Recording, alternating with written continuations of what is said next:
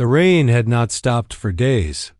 What began as a steady drizzle had become an unrelenting deluge, turning streams into rivers and fields into vast, muddy lakes. In the small rural town nestled between forested hills and open farmland, the water crept slowly but steadily, taking over roads, yards, and then homes.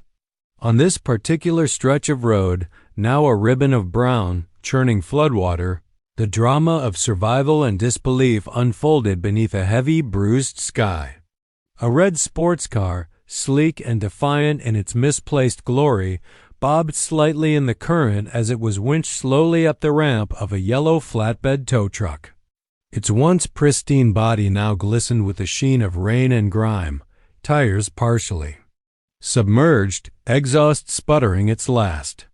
The driver, a woman dressed in the bright orange uniform of a towing company, soaked through and unbothered, stood knee-deep in the cold, rushing water.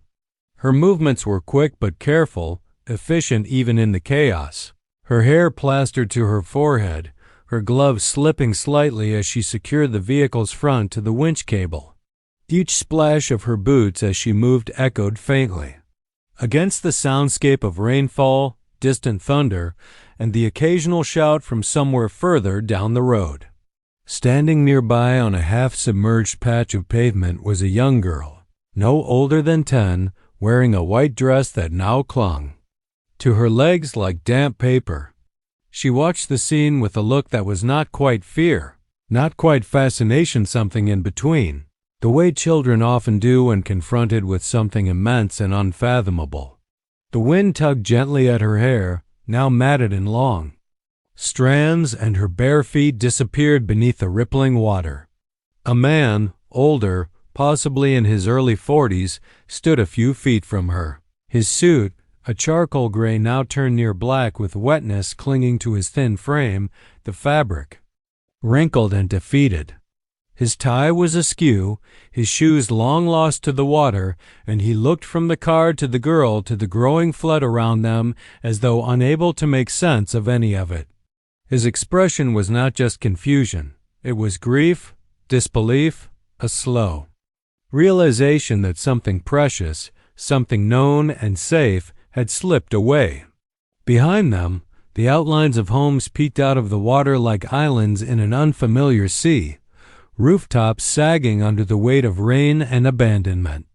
Porches were submerged, fences torn away, and furniture floated like ghosts, reminders of lives recently disrupted. The tow truck's headlights cast long reflections across the water's surface, and as the car reached the top of the ramp, the winch clanked into its final lock. The woman gave a sharp nod to no one in particular. Her work briefly done.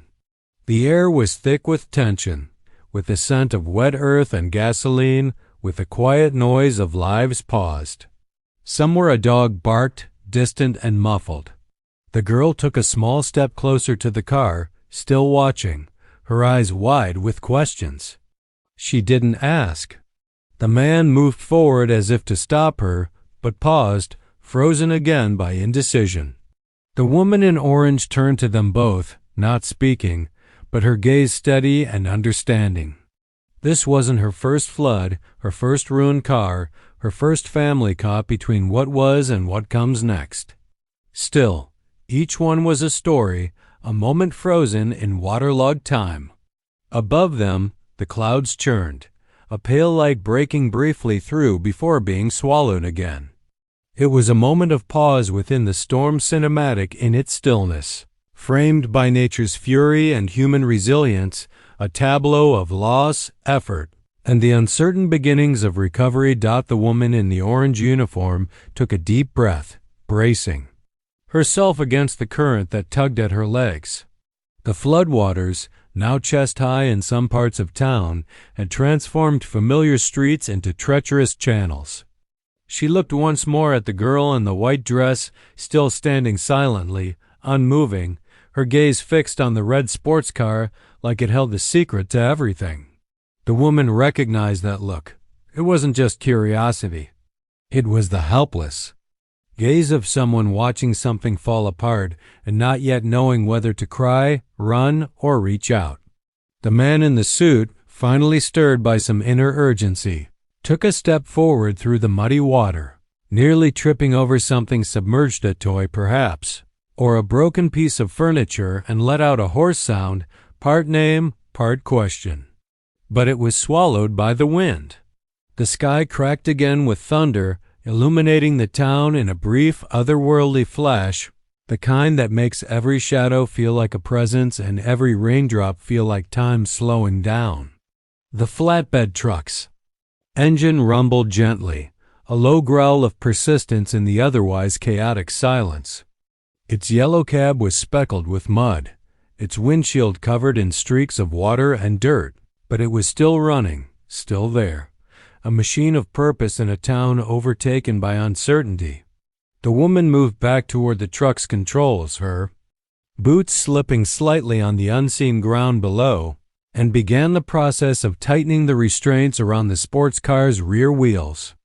Each click of the ratchet strap was a small act of defiance, of order, in a landscape where order had been washed away. The girl stepped closer, now only a few feet from the waterlogged bumper.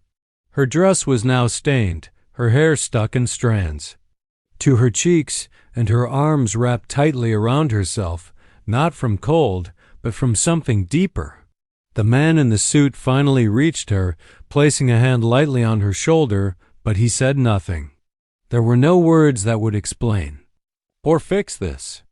His expression had softened, become more human in its rawness, eyes wide, lips slightly parted, as though he were still hoping to wake up from all of this, to open a door and find everything as it was a week ago. Behind them, one of the houses blew.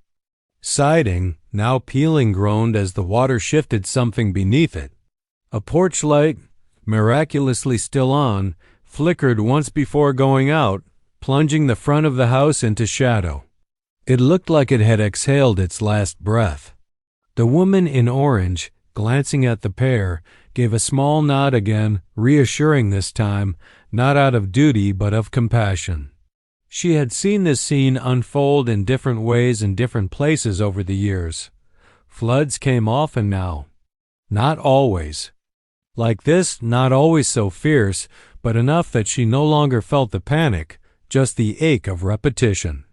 As the storm winds gusted again, she climbed up into the cab of the tow truck, started to check the instruments, but paused, looking through the windshield at the girl and the man and the ruined landscape behind them. There was something cinematic in the way the scene had arranged itself, as though nature itself had staged this moment full of color and texture and silence, so thick it felt alive. No one moved for a long moment. The girl blinked. The man swallowed. The truck hummed. Rain slowed just a little, as if taking a breath.